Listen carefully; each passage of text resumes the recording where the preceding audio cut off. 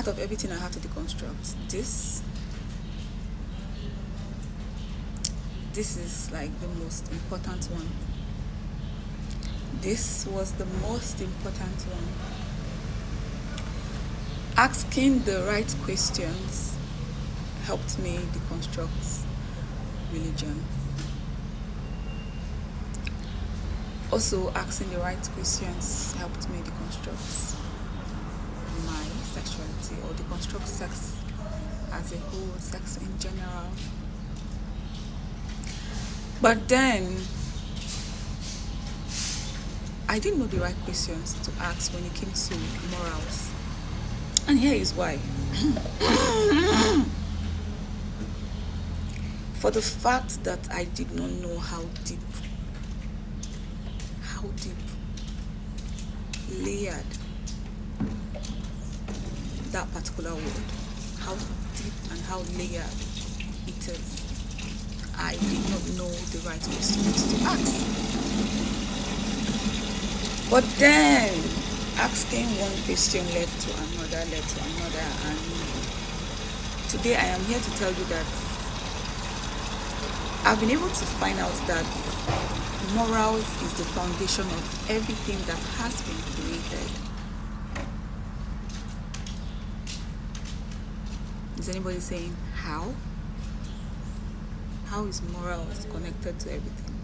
Morals is the foundation why we have religion, why we have rules and regulation as a society, why we use money, why everything that has been created was because morals came into the picture.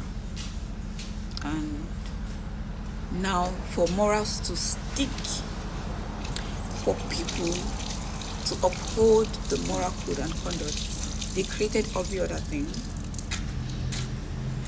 surrounding morals. Morals is just the foundation. First, they did not create it for control. Like every other thing that was created, it wasn't just for control. It was for us to be able to coexist as humans. It was for us to be able to cohabit. So morals was created on the first layer because they wanted people to survive in group. And because they wanted us to survive in group, they created a moral code and conduct. Because we needed each other since we are trying to survive in group. And from needing each other, every other thing started to come into play. And that is where the second layer was not created. When every other thing started to come into play, that control came into the picture. Now that we are coexisting and living together, some people wanted to control the better percentage. They wanted to control the other, like, I don't know if you understand what I'm saying.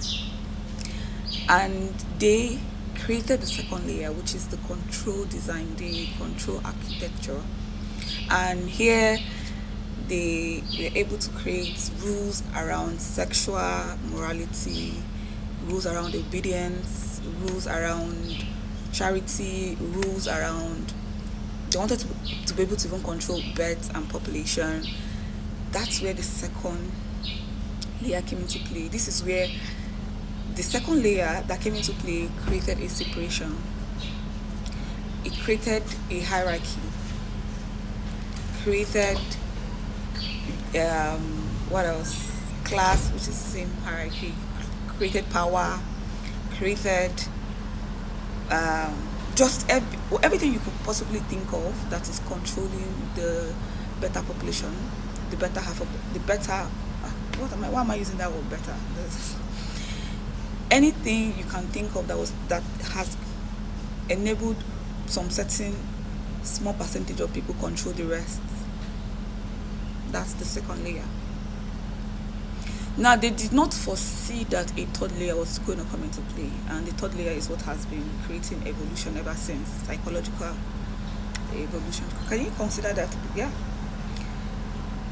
The evolution from critical thinking, people started thinking, and evolution started happening because you see that third layer, it brought about we as individuals, asking what is actually right and what is actually wrong, and who actually created this is wrong, this is right, and why are some people treated this way and some people are not treated this way. Why is the white doing this? Why is the black being done this to? Why are men allowed to do this? Why are women not allowed to do this? You know, the third layer started fighting the second layer. And I would like to actually do like there's something I want us to read. I would like to read it to you guys.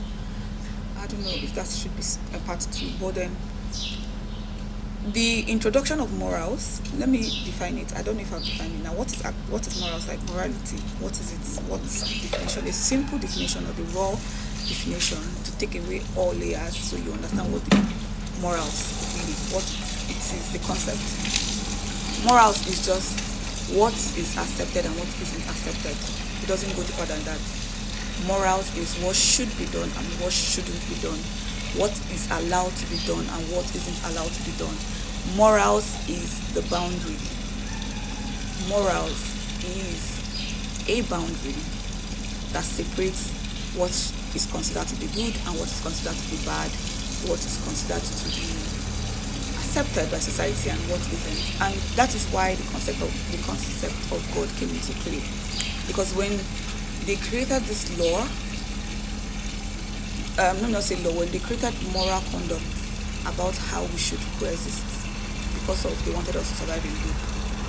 People wanted to have power, and because they wanted to have power, they created that second layer, which from the hunger of having power to control people, they had to create a belief of a God that we enforce this rule, or that brings fear, that creates fear for people that don't follow the rule. I don't know if you get. They took it there. They really took it there. So that people are made to uphold this. People are made to personally police themselves. Like, they really went there. And do you know the funny thing? The inconsistency is what brought about me, my own deconstruction, or my own worries, or my own doubts. Yes, my own doubts, the inconsistency, because I realized that the more poorer you are, the more you are expected to uphold the moral code and conduct. That the more poorer you are, the more limited you are. Like the moral code and conduct is just plenty, it's a lot. The more poorer you are, morals doesn't affect the rich, the really rich, the really wealthy, the truly wealthy, the people controlling the world, the people that are in charge. It doesn't really, because thou shalt not kill. They are killing to make money by the things that they have created. The way they are controlling people through food, through medicine. No, that's not medicine. Drugs. And say they call it medicine. The way they are controlling people through even with religion. They are making this money. They say, okay, that shall be humble or that shall not, but they are just stealing everything. That shall not see, and they are stealing. Like, it doesn't really affect the cream de la creme. Did I pronounce that right? The cream. I think that's the first time I'm saying that word. That's the first time I'm saying that. That's the first time I'm using that.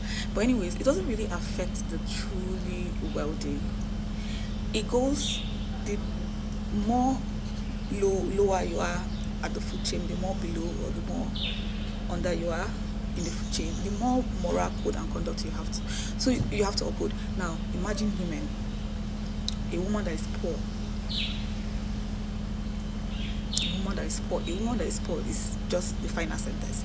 Imagine the type of moral code and conduct she's expected to uphold. Imagine. So let's just go to part 3, because I want us to read something together, and then I want to give you guys